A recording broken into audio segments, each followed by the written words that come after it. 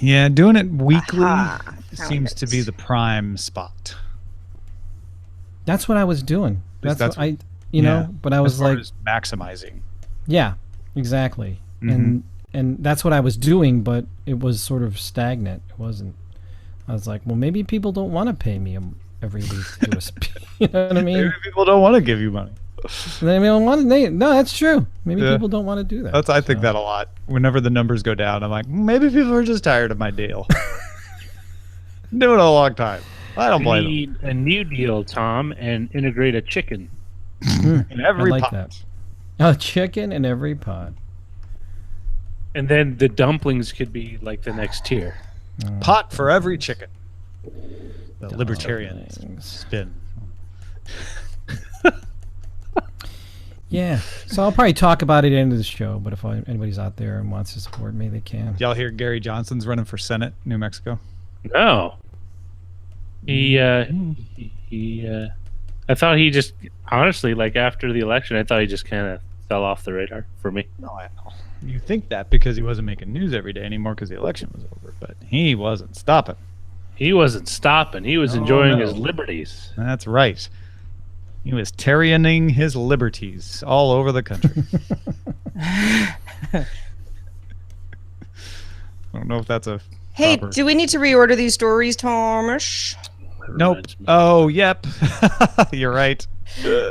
Sorry, I meant to say something earlier, but I was like, yeah. I was holding out hope. Mm-hmm, So I didn't want to change anything until I had to. Honestly, we just need to reassign those two, and now we're good. Yeah. Look at all these people. Okay. They're using my art as their little drawings, as their little things. Gotta adjust these times real quick. Oh, is there avatars? Yes, their little avatars. Yeah. Are they giant blue creatures from a lush alien planet?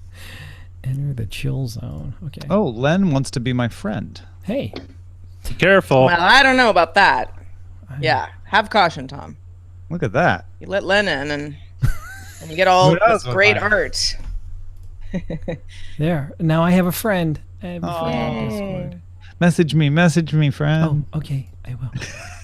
Send me an emoticon. I mean, it's not like Discord is rocket science or anything, but I remember when I was setting up this, that because Tom had set up everything for DTNS, I was like, oh, okay. It took me a minute. Discord does a few things that are interesting, as far as just kind of like the back end stuff goes, but it's a really fun app. I don't know if anyone else thinks this is fun. You just have to get used to it. That's all. Yeah. No, it's there's no real learning curve, but I think I'm just so used to using Slack for a lot of things that I was like, oh, Discord actually works a lot better for a lot of other things. They're both nice tools. Yeah. Yeah. Alrighty then. I gotta play with all this. Yeah. Shall we do the show then? We shall. Show? What? I know. Show? I'd almost You're a forgotten. show. Ms. Lane, Mm-hmm. may I ask you to read line 3? You may, and you have. Please read line 3. Okay. I knew you were going to go there. I just knew it. All right, here we go. 3, 2. Thanks to everybody who supports Daily Tech News Show directly. To find out more, head to dailytechnewsshow.com/support. This is the Daily Tech News for Friday, August 24th, 2018 in Los Angeles. I'm Tom Merritt. And from Studio Zoo, I am Sarah Lane. Oh. And from, Cleveland, Ohio, I'm Len. You're like, let's not try to put too fine a point on it. It's where I am. It's been a couple weeks. I forgot how to do the show. Studio Zoo, though, is new. Studio Zoo. You may have heard of the Bronx Zoo or perhaps the San Diego Zoo. Well, my home feels like both of those, but a little bit less organized. Yeah. Wait. I love it. Good stuff. Our producer, Roger Chang, is here, but Roger, you'll be absent for a little bit because you're having another baby. Yes, I personally will not, but my wife will be. Well, you're a big part of it. You throw the father in. I will try to write her in as a deduction as soon as possible. Yeah. Excellent. So yes, big thanks to Amos. You may have heard us reference Amos. You may have heard Amos talking on the pre and post show. He'll be filling in for Roger next week. Let's start with a few tech things you should know. The Samsung Galaxy Note 9 and Galaxy Watch are on sale now. The Note 9 128 gigabyte version is $1,000. You can get 512 gigabytes for $1,250. The 42 millimeter Galaxy Watch is $330, or if you want LTE, it's $380. And the 46 millimeter model is $350 or $400 with LTE. No more word on the Galaxy Home smart speaker. Slack developer Felix Reiseberg has created the best thing ever. What's that? For Windows, Mac OS, and Linux, you can now run Windows 95 as an app. Oh, blessed day. WordPad works, Paint works, Minesweeper works. I would not recommend running the Drive Detector, the Drive Space app, because that hung it up for me, and I can't get it unhung yet. But it also doesn't have networking services, so you can't really use Internet Explorer. You can download the app and the source code on GitHub. Why? Don't ask why. Just have fun. Do it. It's Friday.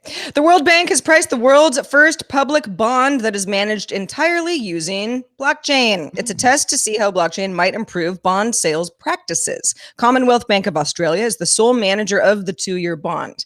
Now, the blockchain process makes almost instantaneous a procedure that usually requires a manual book build, and then allocation, and then extended settlement, and then registrar, and then a custodian. Oh, man. I can't wait till buying a house is on the blockchain. I'm just saying. Ooh.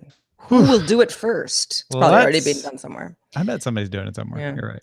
Let's talk a little bit more about Epic. And by Epic, I mean the game company encouraging players of Fortnite to secure their accounts with two-factor authentication. Now, that's not new. Blizzard was pushing two-factor authentication 10 years ago because everybody was trying to hack into everybody else's World of Warcraft accounts.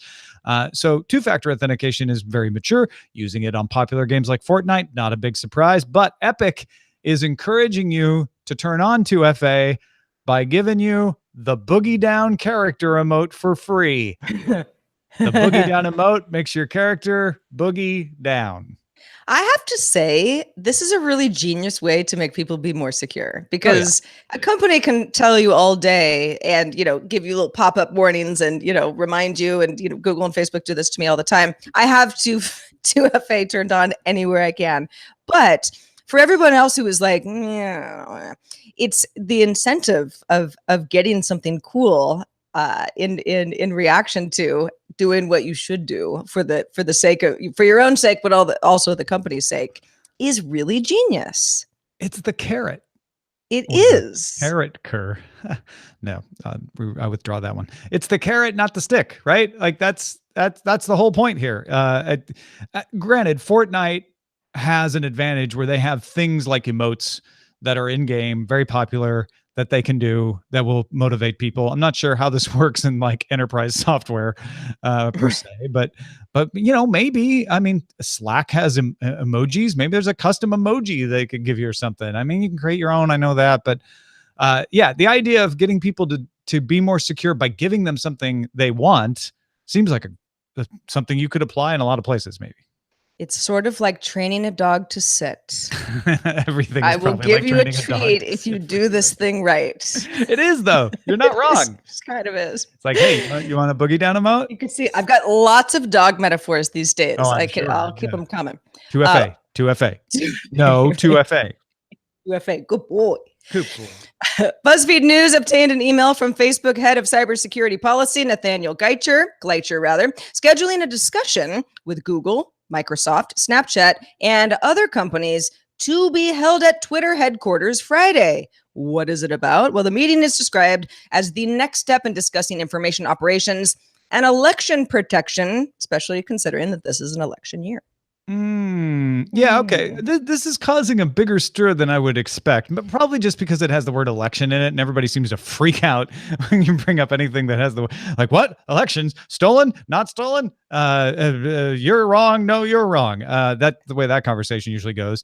But I think it's good that all of these companies that are facing the same challenges, both in managing expectations of their users and legitimately having problems on their platforms, are getting together. Snapchat hasn't suffered from the same kinds of problems that other companies have, and maybe the other companies can learn something from that.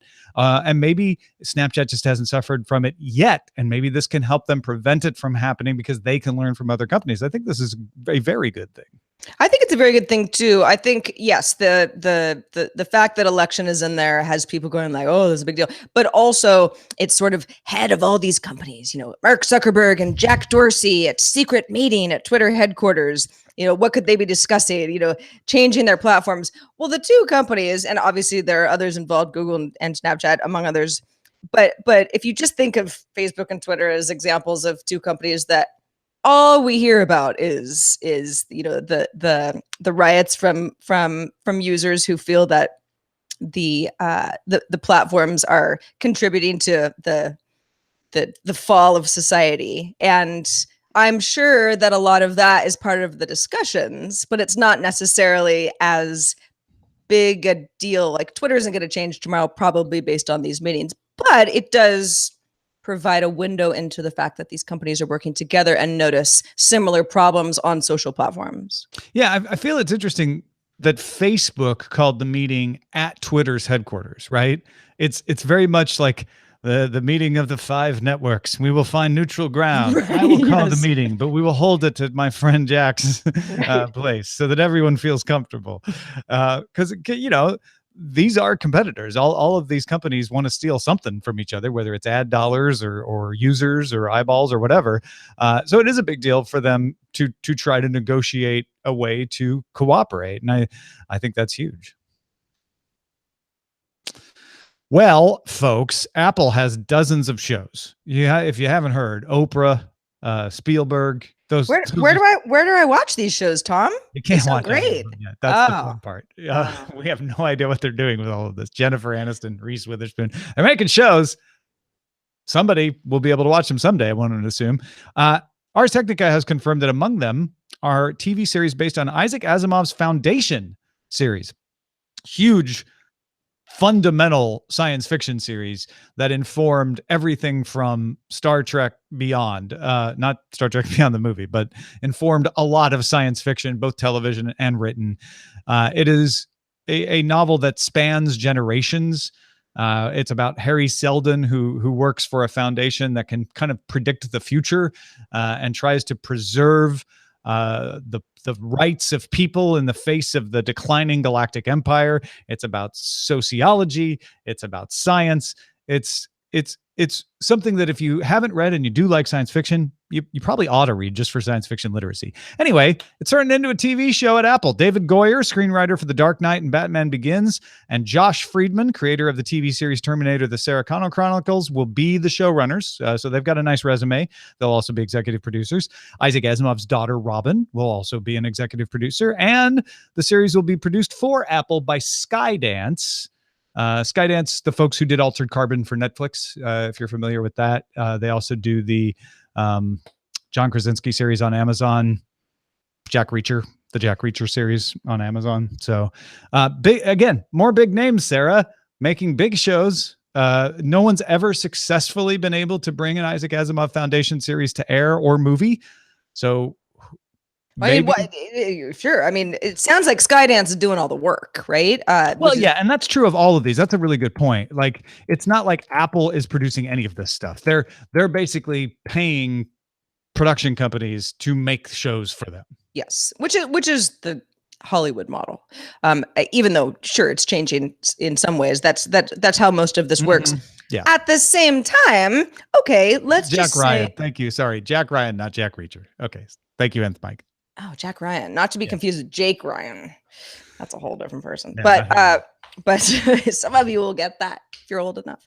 I think that, and let's just say that Apple announced all these shows, at their iPhone event in the fall. Now, I don't totally think that that's going to happen, but hey, stranger things have. Right. What if they did? Right. If they're, they come out and tout, we got a new, like Oprah's working with us, Reese and Jennifer are working with us. We've got some things in the works. And for all of these science fiction folks, of which we know, play very well on TV and movies. There's a huge audience there.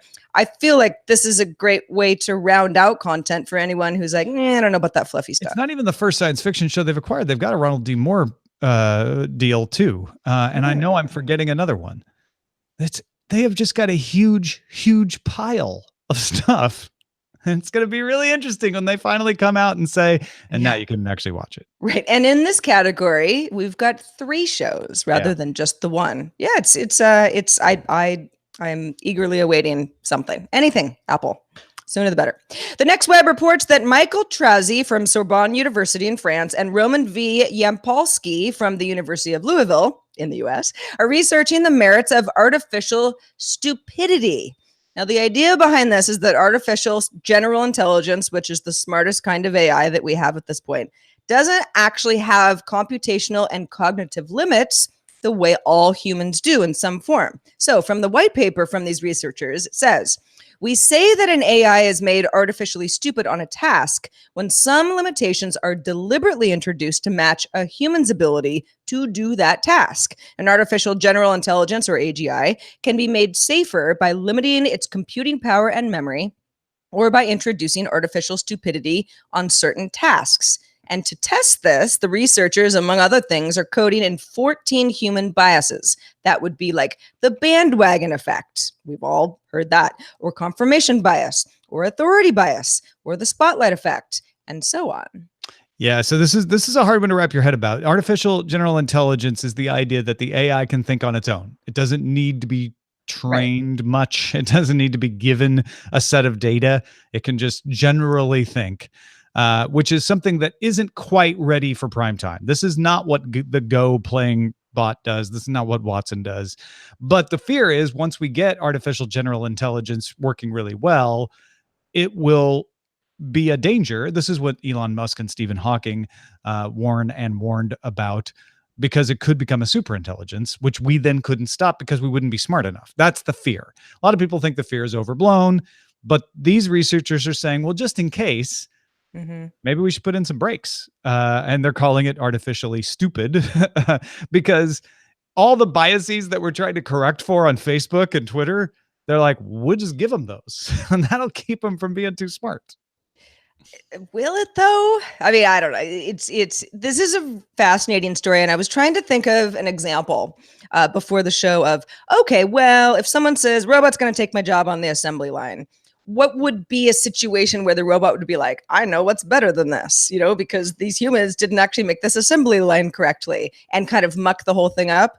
If anybody has an example, please let me know, because I couldn't really think of a good one, but I understand why this would be really advantageous, just at least for research purposes, to see how human-like AI can be based on all of these biases and limitations that humans have. We don't all have the same ones. That's the thing. So you have to introduce a bunch and then kind of see how it shakes out.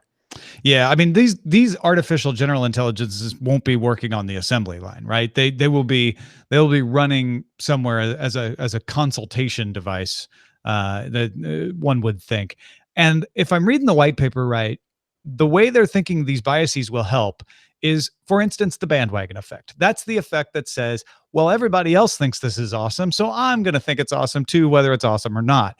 Right. If you have the AGI suffer the bandwagon effect, it will start to acquire human values and be less likely to say, you know what, humans, you really aren't necessary. Like, I can logically prove that you're not necessary. Instead, it'll be like, well, bandwagon effect, like only humans think they're necessary, so I guess they're necessary, but it would be like the humans. That's just one example.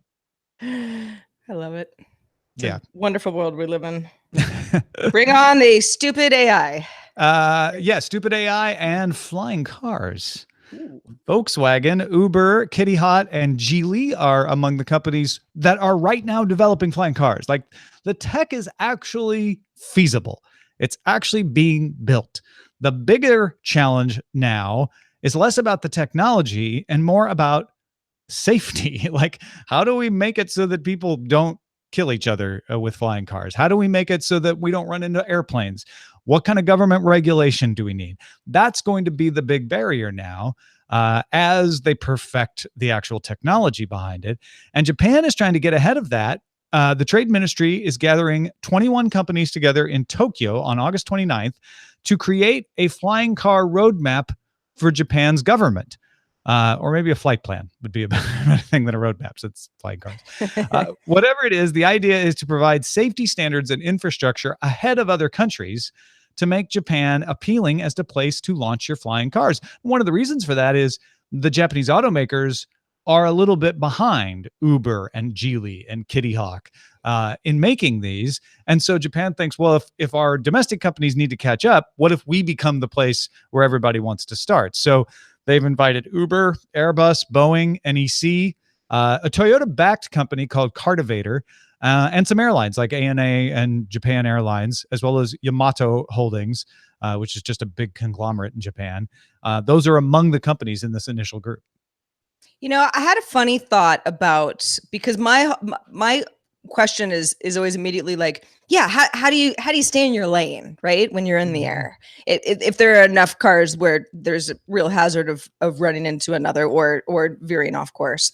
What if the flying cars actually just were above a road that already existed? Now, I know that sounds silly because it's like the whole point is to not have to deal with a road, but the road could illuminate, sort of like the what's the hotel in Las Vegas with the light that goes up to that you can see from space? Luxor. Yeah. The Luxor, kind of, well, maybe not that strong, but something where it's like, okay, there's the road, but then there's the vertical flying road up above. Kind of like the training wheels for all of us road car drivers. Yeah. To get used to it, because obviously if you're a pilot, you know, like, well, I don't need that landmark. You can fly by numbers. Right. But you can, because you're a pilot. Yeah. I can know the numbers, but might be nice to be like, oh, okay, I'm being guided by that thing down below. And in fact, that's a great idea because it wouldn't even have to stick to all roads. You could erect, I would think you'd be able to erect fairly cheaply, just some guidepost lights if you want to expand the lanes so that you can provide safe flight paths that are out of the way of everything else. Yeah, as a person who doesn't really like jaywalking and, you know, but am fearful in a car in general and like to follow rules, it's like, I would want this. I don't feel comfortable. Well, I suppose if I had enough training, flying a car would be second nature. Sure. I mean, driving a car was hard at first as well, but as somebody who's like, I would like to tiptoe into this and I want everybody to be as safe as possible. That was my little idea. Yeah. Well, I'm curious what Japan comes up with and why they didn't invite you to this meeting. Yeah. I obviously am full of good stuff. Seriously. Japan. Come on, Japan, get on it. If you want to get all the tech headlines each day in about 5 minutes, be sure to subscribe to dailytechheadlines.com. All right, facial recognition software installed Monday at Washinton-Duelles International Airport flagged a 26-year-old man as not matching his passport photo. They had just installed this Monday. Boom, caught somebody. Turned out the man traveling from Brazil with a supposedly French passport was carrying his real ID from the Republic of Congo in his shoe. Now, Orlando International Airport implemented the same software back in June. If they caught anybody, they're not saying, but so Dulles kind of lucked out in making this work right away. But there's a lot of talk about whether security is effective at airports or whether it's all security theater. There's a lot of talk about whether facial recognition is actually useful. Can it really provide any kind of security, or is it just some kind of invasion of privacy? This is but one data point that does not make a proof, but it is interesting. It is interesting. I guess it must have been inside his sock, right? Because he would have had to take his shoes off. I don't know. Maybe I don't know if he had socks on. But yeah, good point. Yeah. Well, there was a photo, and it did appear that.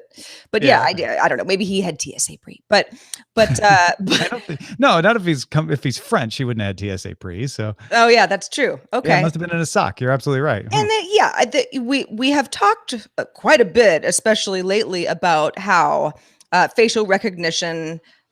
For example, that's used by law enforcement agencies, at least a few of them in the U.S., where there's false positives and people are worried about the legal implications of folks who are being unfairly targeted. All of that stuff is extremely valid.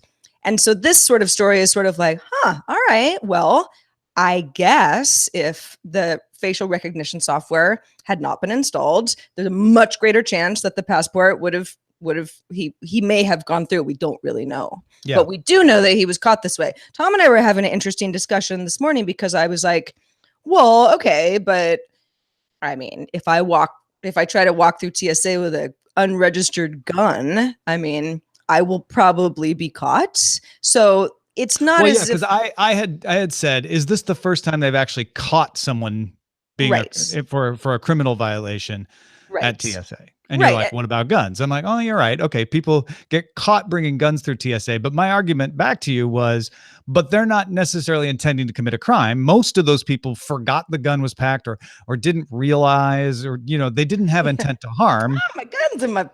I mean, no, and knives too. Like a lot of times people have knives in their baggage, etc. Of course. In fact, I have had not a knife, but Swiss Army knife, things seized through TSA that I was like, oh, sorry, I forgot that was in there.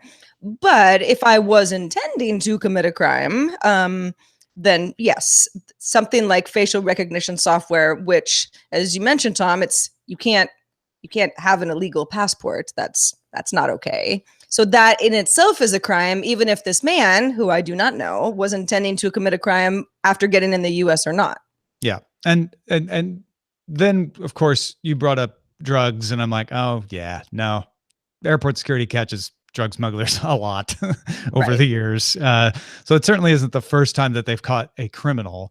But it stood out to me because there are no examples I can think of where the security checkpoint stopped an attack that we know of, other than deterrence. And I'm not trying to discount that, but I'm saying they didn't like find someone trying to bring something through and said, oh, you were planning an attack and we foiled it. That's usually not what TSA does. Usually TSA acts more as a deterrent, and it does catch these smaller crimes that we're talking about. So this felt big to me, like, oh, they actually stopped somebody while they were doing something wrong. Right. And again, it's if you have people who, if I go through security and I've got my passport, I don't have any fake passports on me, at least right now. No, I'm just kidding. I've never had one. But if it's me, and this has actually happened, going through customs, where they're kind of like, take off your hat and look this way. And yeah, okay, I guess that's you. But again, that would be, I would think, your eyes are tired, it's been a long day, you see a lot of folks, kind of looks like the passport, says all the right things. Facial recognition in that sense would be really helpful, potentially, and has been, as we've seen here. Thanks to everybody who participates in our subreddit. You can submit stories and vote on them at dailytechnewsshow.reddit.com. Also, head over to facebook.com/group/dailytechnewsshow. Lots of options to keep in touch with us. Mm-hmm.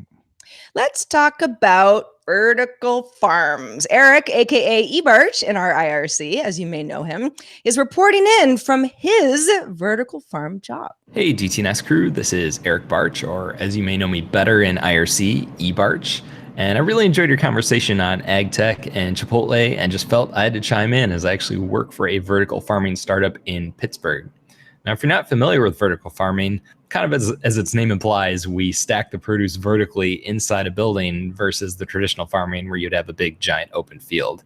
And that actually becomes very important because space is at a premium in urban areas. Now, we're doing some interesting things like using commodity hardware, so Raspberry Pis, to reduce our cost of automation by an order of magnitude.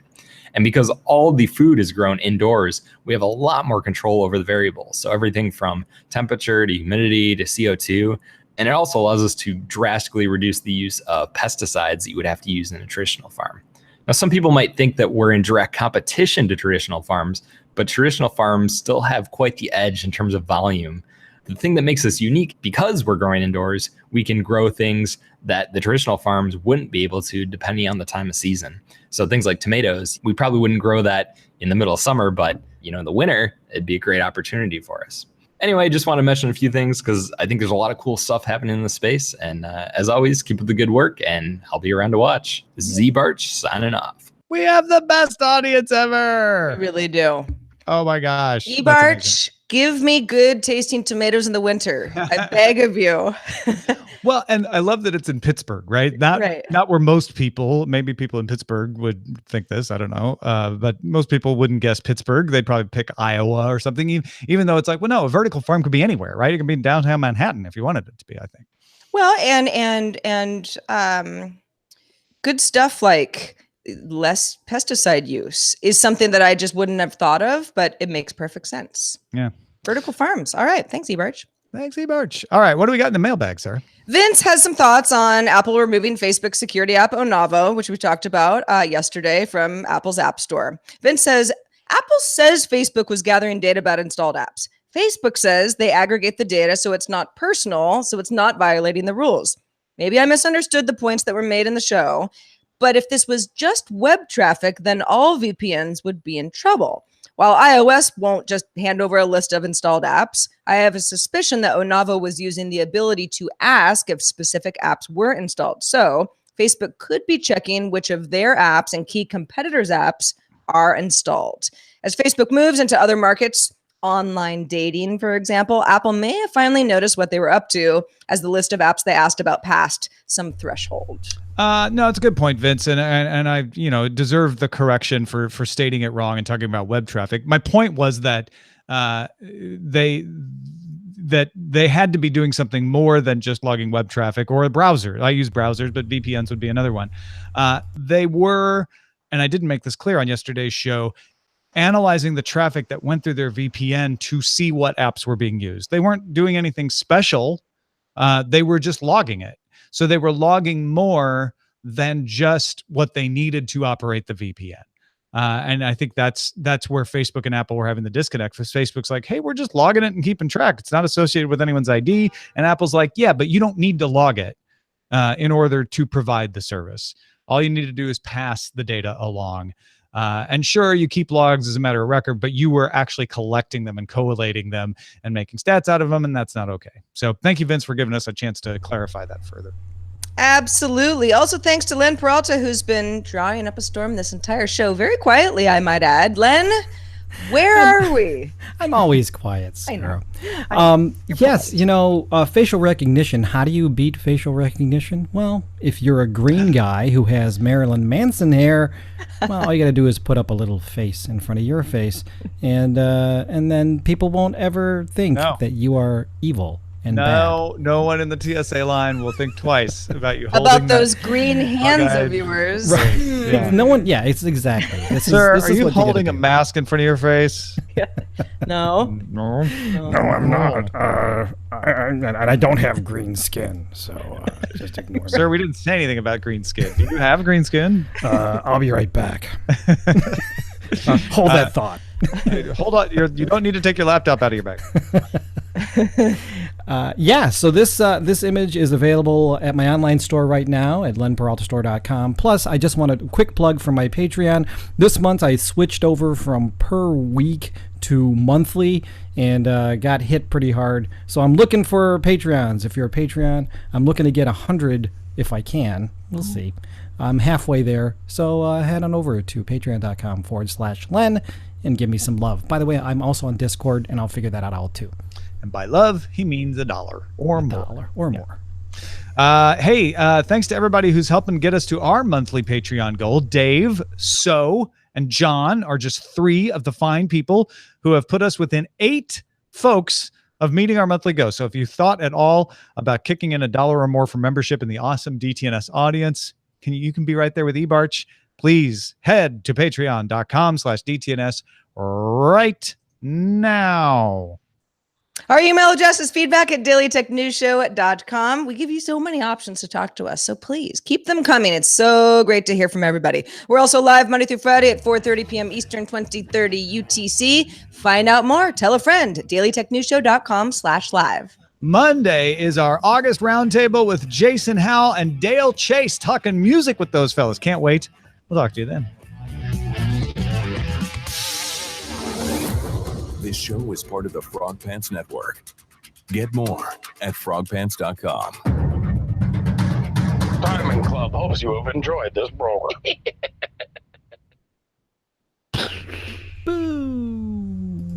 wonderful show, everyone. That was a fun show. It was a fun show. You know, Very nice job. I love having the guests, but sometimes it's just fun to chat, you and I, Sarah. Hey, I agree. Especially when Len's drawing. Right, I know. The whole time. Quietly in the back. I've started a game with myself just because I'm incapable of doing anything without, like, I don't know, spinning out of control in my head, doing some other thing where I try to guess what Len will draw. Sometimes it's the subject, and sometimes I'm pretty sure I know, and I want to try to guess what it's going to be like. Never once been even close. Wow. Never once been even close to right. That's pretty cool. Like close in what you think it's going to look like, or close in what you think I'm going to draw. Right. That should be our little Discord game. Like, everybody guess at the beginning of the show what they think you're going to draw. Well, because today I suspected it would be facial recognition. Yeah. But I could not possibly guess that it's because That's your cool. artistic mind works differently. than Well, mine. thank you so much. That means a lot, because sometimes I feel like I'm running by the seat of my pants. I have no idea what I'm going to draw. Hopefully, this will be good. running. That's sort of the fun of it. Yeah. One would think. I That's am, how I feel doing the show every day, Len. Yeah, well, you do a great job, Sarah. Well, isn't that nice? It seems like you're like, just you're up. You're ready to go. You hit the mark, and you're just right there. So it's. Well, that's very nice of you to say. We are creatures of schedule here on the show, and Well, I think what it is as you long guys as my are schedule doesn't deviate, I'm good. you guys are professionals, which is what Right. you guys are pros. We forget man. that sometimes. But You are. You're the pros, man. We are the pros from Dover. What should we call this professional podcast that we just I completed? like two-factor boogie. Two-factor boogie is great. That's awesome. Ooh, the two-factor boogie. I In like fact, that. maybe we can get Dale Chase and Jason Howell to make us a two-factor boogie song. That would be great. Two-factor boogie. Do the Hey, so two-factor boogie. dumb. Okay, here's a couple Discord questions I have for you. Okay. I tried not to play with it while I was on like when I was on the show. I accidentally hit the voice thing and got double Sarah. So I'm like, okay, I better turn that off. And then it says I do not have permission to send messages in the DTNS right. thing. I need to give you that permission. Oh, okay. Very Are good. you in the DTNS server right now? I am Are you in Discord general? right now? I am in general right now. Right. Call the general.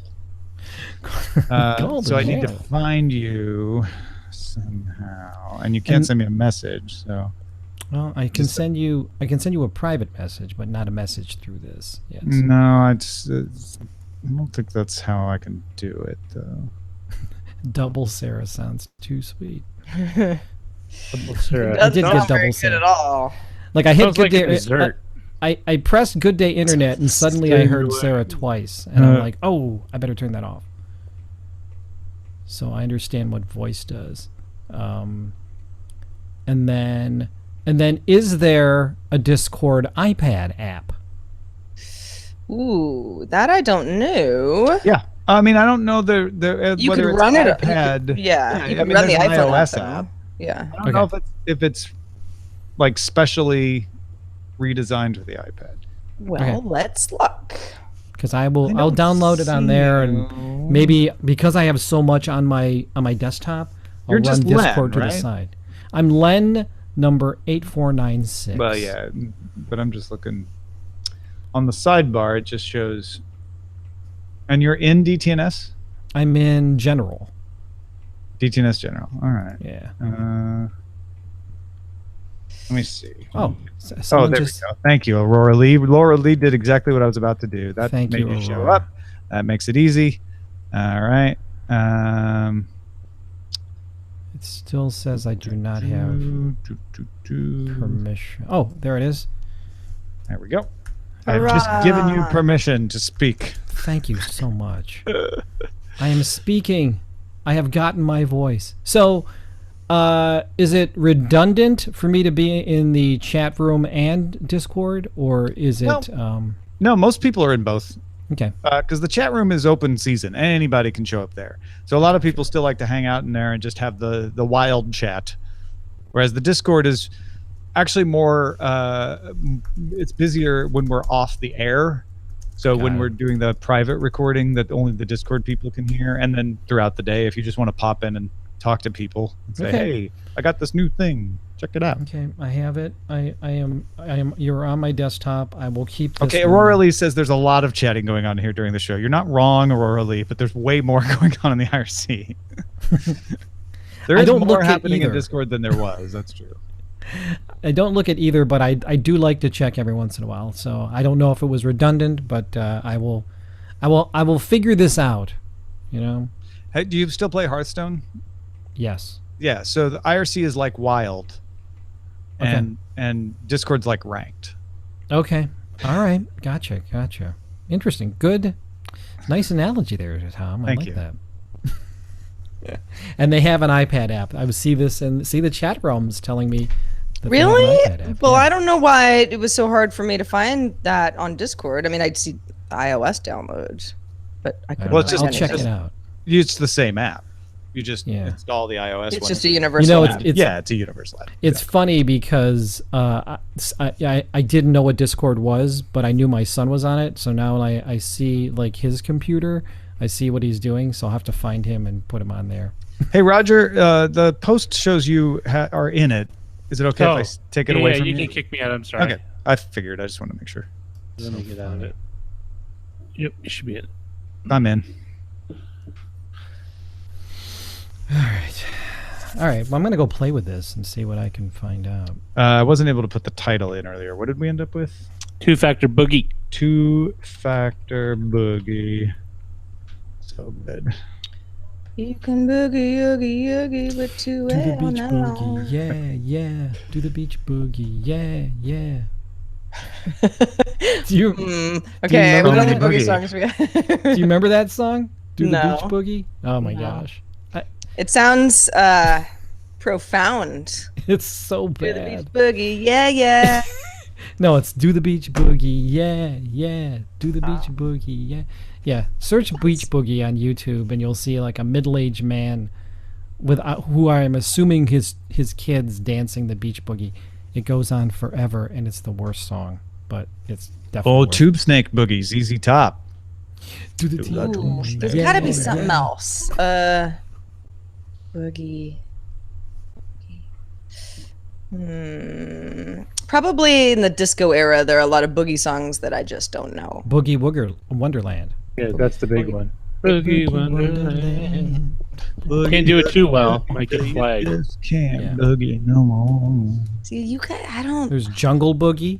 Oh, Jungle Jungle Boogie, Boogie. that one. Diddle-diddle-diddle. Two-factor boogie. I don't know. Boogie. Yeah. Second factor. That was the Pulp Fiction soundtrack. That's why I know that song. Yeah, right. In fact, The song it's is been a by long time Three since I Beat listened to Slide. that soundtrack, and it's a pretty good one. I wore that cassette tape out back in the day. Cassette tape. I think I had I definitely had it on CD because that was like what, like 94. So I was post cassette by then. Oh, I wasn't post cassette till '93. You were an early adopter. Well, then you would have had the Pulp Fiction CD. I had a No, CD I didn't player, like Pulp but Fiction. Oh, okay. I don't know. I think for portable, I didn't have a portable CD player. CDs were only for home. So The first like Discman, I guess I had, right? The Walkman Discman, Yeah. which was, it was very exciting, right? Like it was like when you put it flat on, when you're on a plane or, sitting quietly, it was all good, but it was like one of the very first. So you couldn't actually have it in a car because as soon as you hit a bump, the whole thing would skip. yeah, right. But I wanted it so bad because my car only had a cassette deck in it. And I thought that like if I have a CD player in my car, I was really the cool person on the block, but it was unusable. And everyone was like, my God, Sarah, turn off your music. It's horrible because we hit a lot of bumps. Yeah. Combination of bad tires and an early Discman. No, my first CD player was the Sony car Discman. So it was designed with a little to withstand the shock. Yeah, it had a little shock data absorbing. buffer. So it would, I mean, like if you went over railroad tracks, it would skip. But if it was just normal highway driving, it was Right. fine. Yeah. Yeah. You're probably listening to Paula Cole on your Discman, correct? No. My first CD was the Cool. Is that the Where Have All the Cowboys Gone, Cal? yes. That No, seems like Roger. Very Roger. My It's just from that time period. My first CD was CCR's Greatest Hits. Ah. Your first CD, huh? Gosh, My I wish first I remember CD. what mine was. My second one was the Sundays. I do nice. remember when I it was for my birthday or something. I got my first. It was like my parents got me a stereo, you know, like for your bedroom, that had and it was a vertical, you know, the CD went in like this, and they threw in like the Pretty Woman soundtrack and maybe a couple other things that clearly my dad got like discounted somewhere, because I was like, oh, thank you. Okay, now I have some CDs to play with, but it was like from like just like sort of obscure soundtracks. So I was like, I've never even mentioned that I wanted Vision those. Quest. Yeah, but That's my first CD Oh, player. nice. Wait, what is it? Let's see. Wow. Pioneer. let's Wow, see. look at that. Look at Tom. Remember when we got it. thought, 4050 compact disc player. I Is it remember a- that was the future. Is it just a single player or is it Yeah. multi? Oh yeah, no, it's just a single player. Oh, I yeah. remember when I got my CD player and I was talking to my friend about it at the used record store. It's like, would it be cool if they sold, like, you could watch videos off these things? Like, instead of just always trying to rewind the freaking VHS tape before you returned it to the store, you just, like, pop it on, just like, yeah, there you go. know, I had one friend whose parents had a laser disc collection, yeah. and just literally one time I've ever seen it any of, you know, my friends' homes, but growing up, and we were just like, it's magic. It's a record player that shows movies. It's amazing. And it wasn't really that good of a picture though. Was It was better than don't VHS. remember. It had more lines of resolution, but it Okay. was not DVD level quality. Yeah. And I'm sure their collection was actually not that big, because, you know, we all sort of I just dragged to the remember next those thing. things. You had to flip them to get the other half of the movie. Tom, what year did you get that CD player? Do you remember? I want to say Could it have been 1986. 86. Wow. Wow. You're ahead of Yeah. the curve. 1986. Yeah, yeah. Wow. Man, that thing must have cost you like $400. Might have been 87. It was a Christmas present. Hmm. Yeah. That's I got still, mine like, in that's- college. You were ahead of the curve. I think I got mine in college. It was 1989. Now that I think about it, my first CD might have been XTC, Oranges and Lemons, Oh, I love that. Oh, that's a album. classic. I like or Sting, The Soul Cages. Might have been. I'm trying to think. You know, I remember going with my cousin. At the time, he was in college, and he felt a little flush with cash because he had a regular job now because he was in college. And we went to, I forgot, it was a Pacific Stereo. It was like an audio chain before, like, Good Guys and Best, or Good Guys and what's the other one? Circuit City were around. And we sat in the thing, and the guy was, the salesman was showing us the CD player, and he was putting all these discs in, just sitting there. And it's like, okay, I guess it's cool that you can jump around and there's no skipping on the CD as opposed to a record where you get the Yeah, yeah. I don't think I have the first CD that I got from work, because I was working at a radio station. It was Jerry Harrison's "Rev It Up." That's a deep cut, Tom. Yeah, I I don't remember when remember people, the song anymore. wasn't It's a there very like deep a cut. whole call for like an investigation on why CDs never dropped in price? There was like $25 for like the Oh, I'm longest. sure. Yeah, there's always the call for investigation for everything. I was like, why are CDs always so expensive? And then like Because they were in mid-90s, those they- tall boxes. Remember?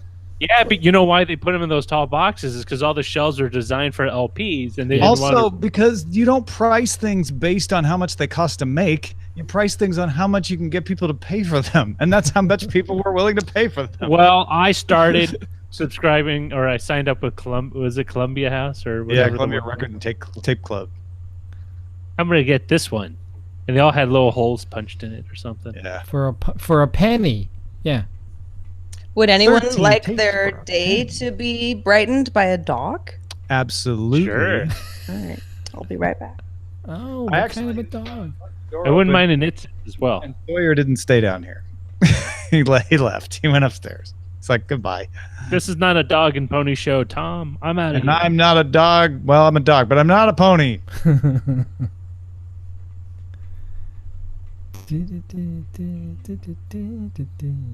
I remember wasn't my it. first DVD player because I was on the screensavers and I ran out and bought one. I bought one of those. Oh, wow. What was the one that we were showing that you could disable the region lock? Oh, remember. right. Remember Actually, that? remember you buying that now. And I was What so was that? excited. Yeah, because didn't you have to go over to the Sunset or the Richmond? Yeah, I or went something over. to buy it? I had to go over to Look at that Van puppy. Ness to buy it, pick it up. Look at the puppy. Hi, Odie. Hello, community. It's a boxer. That's a big boxer. Boxer Wow. point. Stand He's a boxer point. Come on, stand in here. You guys are getting along great. People want to see pictures Of of Odie. well, You okay. should gram him. I know. So, just because I've been trying to, I mean, you guys know, but I've been trying to Oh, yeah. not get too crazy just because I was worried that, Yeah, of maybe course. it wasn't the right thing. And then I was like, no, I got to tell the whole internet. And, Mhm. so that was sort of deliberate, but he really photographs well. Let me tell you. Nice. Yes. So they'll be coming soon enough. The best thing my dog did to me this week was it was raining. He got scared, went into my son's room. I tried to pick him up, like to get him out. He's kind of he's a 40-pound dog. And he would not move. And as I was moving, I jammed my toe into the wall. Oh, He hurt my dear. toe. And Oh, thank you, dumb dog. Just get out of the room. Now my toe hurts, but we still love him. Region locks and DVDs. That was the The most best thing my dog did this week was, really work hard to get a distribution deal for Chew Hard, the movie. Chew hard. Nice. I've seen the poster for that. I'm very excited. Made the poster for that, yeah. It's good buzz. There's good buzz around that project. I actually, because I'm going through stuff to get ready for the move, I found the tube that it came in. I was like, I guess I don't need this anymore. It's all framed. Yeah. I have so much crazy rich good puppy. Len Peralta art. That was the other thing. When I was going through, I was like, oh my gosh, like just over the course of the years of doing TNT and then DTNS and backing Jawbone Radio's Kickstarter, I found all the art I got from Oh that. my gosh, there's so much. Yeah. I love that picture of you and Nora that you drew for the Kickstarter. Yeah, that's on our really good. refrigerator here at home. Yeah, and we should continue this on the audio stream. Yes, we shall. We gave you a bonus Odie video today, but That's right. we're wrapping it up now. Thanks everybody for watching. Audio folks, stick around. There's more to come. Next.